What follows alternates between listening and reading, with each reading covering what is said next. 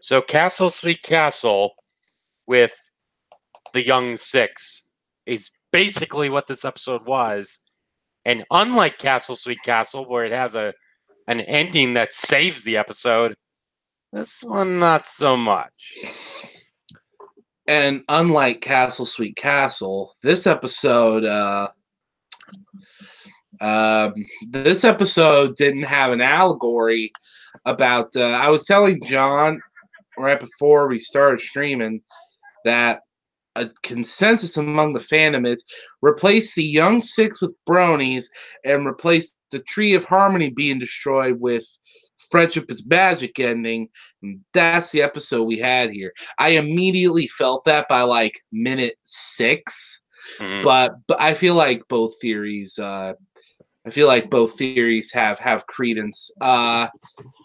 This was an episode. I mean, I feel like I'm pretty not lenient, but I'm usually pretty stoked on these Young Six episodes because it's 6 new characters and they're different species, different dynamics, and I like what they bring to the table.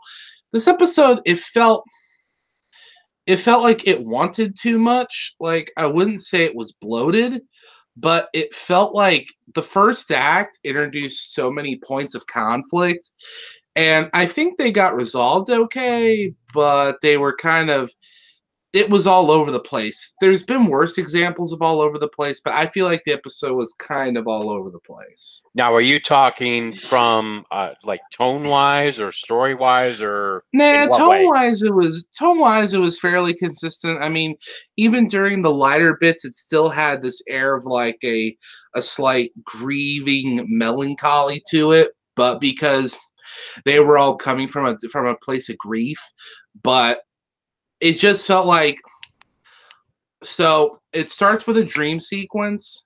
Yeah. Really quickly. Then it's not mentioned again. Then boom, they're at Twilight. Then boom, they're at the tree's graveyard. And then they're arguing. Then they're doing stuff. Yana's the only smart one. And it's like it starts like this. Then it goes here. And then it goes like this, like an RPG path. But then it ends at the same spot, but there was a lot of different branching paths going on in this standard TV television episode. You just gotta wonder whether they chose the Renegade path or the Paragon path. Just saying. Well, Renegade path gets you sicker weapons, but Paragon path makes you feel better. Something like that. So I gotta mention the dream sequence here because at first I didn't know this was a dream sequence, because the first thing that you see is Silverstream and Rainbow Dash flying together, and she and Dash is just like, Silverstream, let's do a landing, and she does an epic superhero landing. I'm like, yes, yay, superhero landing, it's hell on your knees. But you gotta make that Deadpool reference every fucking time because I don't care. That movie's awesome. At this point. But she does a superhero landing, and Dash is like, all right, you're part of the Wonderbolts now, and you're gonna lead the show. And it's like, but where's my costume? Rainbow Dash? And I'm like, okay, that's a little weird. And then you see Yona falling from the sky. And she almost because it's an episode with Yona, and she has to almost die every time. It reminds me. Did you ever read the book series, The Incredible Adventures of Wally McDougall? The Adventures of No.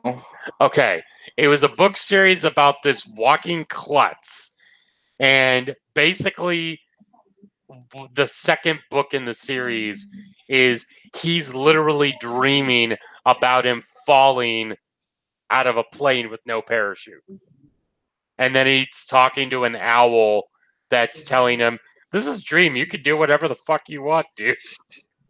The dream was really weird to me because, I mean, I guess in reality this wouldn't be the case, but they all seemed afraid of the stuff that they conquered a season ago, which it didn't disappoint me or nothing. I was just kind of like, oh, okay, whatever. So astral projection Twilight or apt is like, yo, dog, cryptic metaphor. And then they're like, we gotta go to the Tree of Harmony. And this confirms that except for apparently seasons 1 through 4, these shows a season is a year because they've been home during summer break. And they go to Twilight and Spike, and Twilight's freaking out that they only have 19 orange lighters, and Spike's like, fam, you whack. And then they show up and they're like that caveman SpongeBob meme. They're like, where's the tree? And Twilight's like, oh, bruh, tree dead. F. Two things I want to mention here.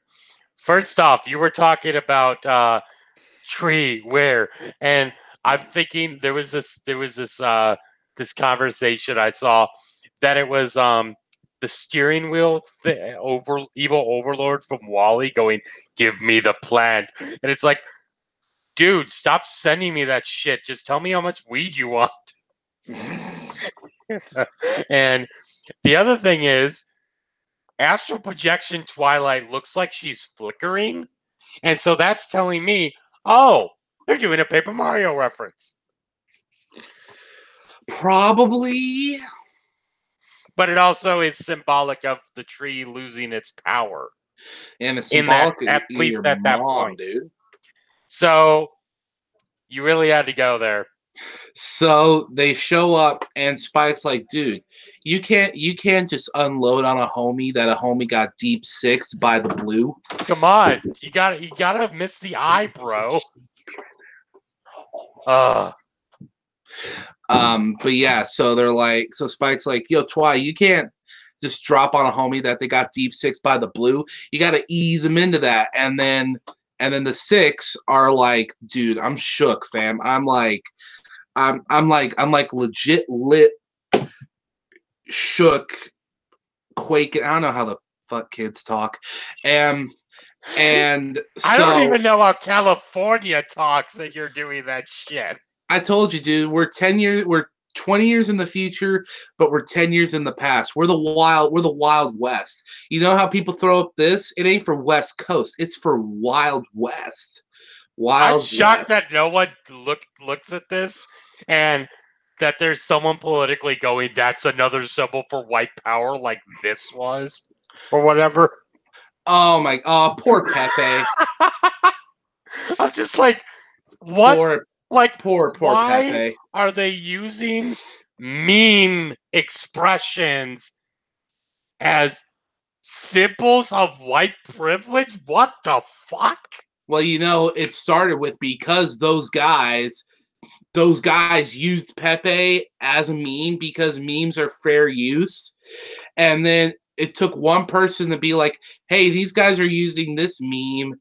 I apparently live under a rock and have never seen a meme. So these guys must solely own the meme. Then all they had to do was reach out to frickin' BuzzFeed or Kotaku or what's the other big one? The New Yorker? No, there's another website, the Washington Post. And then they're like, hey, Pepe the Frog is racist. And then they're like, oh, well, but then damn. at the same time, during all of 2016, during the election cycle there, do you notice that there was it was driven a lot more by memes than it usually is? Memes elected Donald Trump. Even if you didn't like Donald Trump, you voted for Donald Trump by watching Donald Trump memes. I know that sounds to some people that'll either make total sense or it makes no sense. But the fact of the matter is, memes elected D Trump. There was actually a picture that was it was Who Wore It Better, and it's literally like a corn with like a ear of corn with you know a bunch of the hair that you'll get when you shuck it, and then it's a picture of Donald Trump's toupee. Who wore it better? That's hilarious. Back to ponies. Hey, you changed the subject. I had to press F in the chat for Pepe. Yeah. So anyway, they want to each do their own little thing to remember the tree by. Yeah. And they have Gallus to wants a go. museum. They Yeah. first have to go get permission slips. So I'm just like, oh, so they gave permission slips to go to Hogsmeade. I see. That was a nice little touch, and it was an excuse to see some cameos of some folks we hadn't seen for a while. So that was The nice. Grandpa Gruff one was the best, though, where he's just like, hey, Grandpa Gruff, can you... And it's like, good shit, Grandpa. So they get back, and Sandbar cleaned up the place, and he got rid of the tree. And when he got rid of the tree, he planted another tree for symbolism. So, what would that be? That would be, you could interpret that. You could interpret that as like, oh, this one brony is bummed that the show's ending. It's okay. I'll just do a fan animated project or something. Double Rainbow 2. And then Gallus. No, fuck that. Do a Snowdrop too. So Gallus is like, nah, fam, we need a museum. So you could interpret that as, the one brony who's real bummed that the show's end, and he's like, let's keep BronyCon going forever. I mean, if Invader Zim can have 3 conventions in a row, I mean, there's no reason that the ponies can't. Meanwhile, I feel so stupid. I can't remember her name after all this time. Hippogriff gal. Silver Stream is like, we need to have nice interpretive art galleries of what the tree represents. Which you could infer, okay, that's the brony that's really bummed about the show ending, but they're going to draw a buttload of fan art. And then you've got Smolder? No, the dragon. Yeah, Smolder. Smolder, okay. You got Smolder that's like, nah, dude, we need a statue, which you could then infer as straight up building a statue. I mean, if they'll build Gundam and Evangelion statues in Japan and China, I honestly wouldn't be surprised if someone erected a pony statue. But yeah, you could just say another content creator.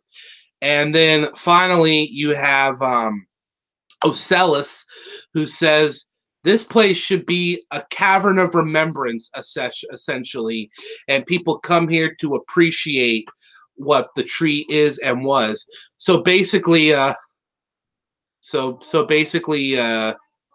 basically, she kind of wants to Auschwitz the entire show and make like a big walkthrough memorial. That or they just build Twilight's Castle in Disneyland somewhere or something.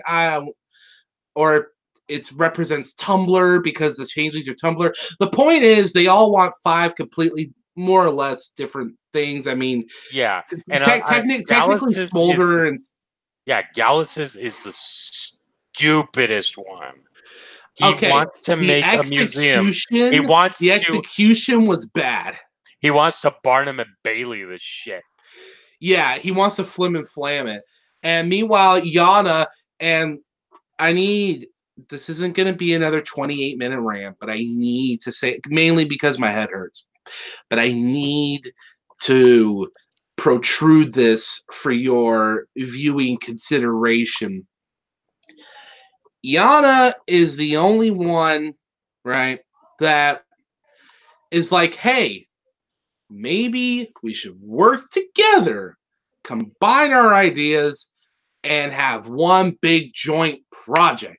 And my thought was, yes, that is progression and development and consistency and continuity. I love that. Awesome, Yana. Okay, so this episode is going to have a completely different type of conflict. Okay, cool. And then the other 5 are like, nah. Fuck that. I'm going to do my own shit. I tossed my phone onto the floor because I was watching it on my phone old school style. And by old school style, I mean when I powered through the first season in my freaking, what was that, my junior year-ish. And so I tossed my phone, and I literally, not too loud because family's home, but I was just like, God damn it. I hate it when shows say, hey, literally, this is what they're saying. essentially, if you take away all the pros and Moxie, they're saying, hey, you know all that character development we went through? Screw that, lol. And then they just backpedal, and when they do it for a joke, especially, and I'm just like, I hate that because it's annoying. And they learned the same lesson they spent an entire season learning. They learned a lesson that they learned in the premiere episode of last year that they were the stars of. Anyway, that line really bugged me. Oh yeah, I totally get that. I'll be right back. I gotta get me a water. My head's just hurting. Okay, so they basically all go around and do their own things, and like we were talking about, Gallus does that museum thing, which is so stupid. Silverstream was actually my favorite because the way she moved everything was more of like just the way she used her art in that way, just the way everything like swirled together with the different colors and stuff. I was like, that's actually pretty beautiful. Celis's was kind of weird. And I know she's like, I borrowed this from the feelings forum. I'm just like, oh my gosh, she's going full hippie, and not in the good way, like tree hugger, but kind of in the weird way that the feelings forum was, where it was all like, hey, what's let us know what's going we're gonna just help you through your feelings, and it's like so weird. Smolders was kind of interesting because she was literally like kicking the tree, like the statue of the tree into existence, and I was like, that's kind of interesting to see. Yo, welcome back, fam. Okay, never fear. I don't know what John said, but I'm here to prove him wrong. Mm-hmm. So my question is, what was your favorite out of the separated 5 like different things? What was your favorite of them? I am a at times pretentious art fan, so I actually kind of like Silverstream's idea of using interpretive art to show not just what the tree meant, but what the tree did. I thought that was kind of neat, and yeah, it helped that the paintings that she painted, I thought were kind of neat. Mm-hmm. I agree with you. That was my favorite as well. It had a nice color blend to it. It had a nice palette. Yep. So then eventually it gets to where they're all arguing. Yona yells at them and is just like, boy, what the fuck you doing? You know that we're supposed to be friends here. We're not supposed to be arguing like this. And I'm just like, God damn it. Thank you, Yona. You are now best of Student 6. And I thought, until this part, I thought, okay, maybe it's a Tree of Harmony playing another douchey trick. Maybe it's like, because the elements are destroyed, maybe their essence or whatever is corrupting them. There are 6 of them. There are 6 of them, and there are 6 elements. So maybe something like that. But no, this segment just shows, the 5 of them just decided to be assholes for no reason. So thanks, episode. Yeah, pretty much. So this episode probably at least made DWK happy, I'll tell you that. Then they sing a song, and it's honestly forgettable. I already forgot. I don't want to be this guy, because I hate being this guy. But does it feel like to you the last couple seasons of songs just haven't really had that wow factor? Yeah, I agree with you. I mean, there's been a couple standouts, and I don't know, it's weird because I thought with there being less songs, my logic is there's less songs, so you take the time to perfect and craft each song. But, I mean, they just haven't been able to like have the same the same like impact as older seasons. And trust me, you know, this channel knows I have no nostalgia goggles for the early seasons. I am fully able to admit when they do some things better, but when they do things worse, you know, compared to, you know, whatever. But I feel like there just haven't been that great of songs. I mean, I love the vocal harmonies and what they were doing with that, but that's because you had 6 voices, so that creates some unique things. But musically, it just didn't really do anything for me. It didn't feel generic, or it felt somewhere in between cookie cutter and generic. Like I guess it's just what you said, forgettable, but it just didn't really like wow me, except for the singing. But I mean, this show, big surprise, this show has talented singers. Yeah, Yona actually had a really good singing voice, and wow, Sambar actually didn't suck in his singing. That's basically all I can say. I thought he was better than Gallus. Yeah, Gallus had some issues. So, and Silverstream was sung by Pinkie Pie's singer's voice. Shannon Chan Kent? Yes. Yeah. So they sing a song and they build this treehouse, and then the Tree of Harmony is just like, nope, lol, and just like makes an even bigger treehouse with like cherry blossoms in it. And I'm just like, okay. I think it looks great. Celestia's out, and Astral Projection Twilight is in for Best Troll. So then Twilight comes through, and it's like, what happened here? And they're just like, we're actually wondering the same thing. Like, it just sort of happened. And instead of being like, okay, you guys need to see therapy like right now, Twilight's just like, oh, so your friendship was deeper than you know. I'm just like, oh my gosh. I know that, and that line about how Yana said that, how Yana said earlier, something along the lines of like, our friendship is the strength that blah blah blah, or something like that. I literally was like, oh my god, that's so Kingdom Hearts. Kingdom Hearts has the benefit of there being Disney characters around, and when Disney characters do cheesy stuff like that, it works.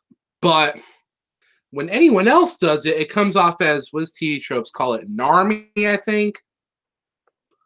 I totally get you there. But yeah, so they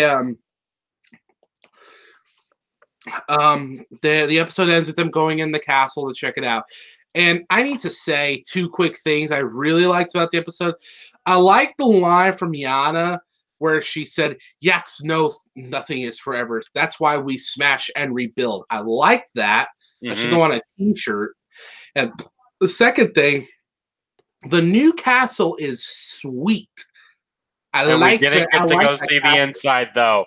And my wife, the episode ended, and my wife was like, I want to see the inside. What the fuck? No, that was a good looking castle, I feel. So that was Uprooted. And I gotta say, I was kind of let down by this. I mean, it's a thing where, like, you know, like I said, I'm always really high on these Young 6 episodes, but like I said, to me, there was too much. It retreaded plots that they already learned, and I hated the direct, you know, talk to the hand they did for their character development. I mean, it wasn't bad. I feel like anything lower than a 7 is being too mean, but I feel like anything 8 and over is a lie. So I'm gonna give this one like 7.75. Okay. I'm going to have to disagree with you on this. Just like I was saying where it was too similar to Castle Sweet Castle. Now, Castle Sweet Castle had an ending that was charming and made up for everything. And this episode didn't really have that. So I'm going to have to go to a 6.75. Ooh. I know. It's harsh, especially because I love the Student Six. But then again, they were in another terrible episode, except that episode was Applejack and Rainbow Dash, more or less. Yeah, that wasn't their fault. Yeah, exactly. But this is the first time where they kind of faltered, and I get that they're still learning, but they seem to be better friends than this already. So Yeah, honestly, sometimes they seem tighter than the main six, So yeah. I So don't know. yeah, that's Uprooted. Oh no, they had one lame episode on the last season. I mean, they probably have at least 2 more episodes focused on them, so I'm sure they'll bounce back. And I have a feeling they're going to play a big part in the finale anyway, so. Yeah, I'm looking up what episode 4 is. Oh, I already know. That's the 200th episode. Wait, seriously? Yeah. So Shining Armor and Twilight Sparkle, they're going to basically get in a brother versus sister type of competition. So it says it's called Twilight 7. Yeah. And it says Twilight and Shining Armor pit their wits against each other to settle a long-standing sibling rivalry. But they soon discover they're not the only competitors. And it's seriously it is seriously the 200th episode. Yeah, and the weird thing about it is the 100th episode, the showrunner had said that's a love letter to the fans with all these background characters, whatever. This one, they said it's like a love to the voice actors. So unless they're talking some kind of like, some cross company promotion type stuff, and like, I don't know, Timmy Turner and Hey Ocean shows up, I can't really imagine what they'll be doing. But I mean, hey, they're probably going to go do something fairly big for it. I mean, Slice of Life's one of my favorite episodes in the whole show. So now here's what's interesting. This is according to the wiki. The story, and you were saying that it's like a love letter to the voice actresses. That's definitely the case, because it's story by Tara Strong, Ashley Ball, Andrea Lippman, and Tabitha St. Germain, and Kathy Westlock. And the teleplay is Josh Haber and Nicole Dubuque. I think. I have no idea how to say her last name. DDP. Oh, that's interesting. Yeah. So I'm interested in seeing this. Yeah, it sounds better than this week's episode. Yeah. So until next time, that's it from me, John. And from me, Snakeskin. And we will talk to you guys later. Peace out. Adios.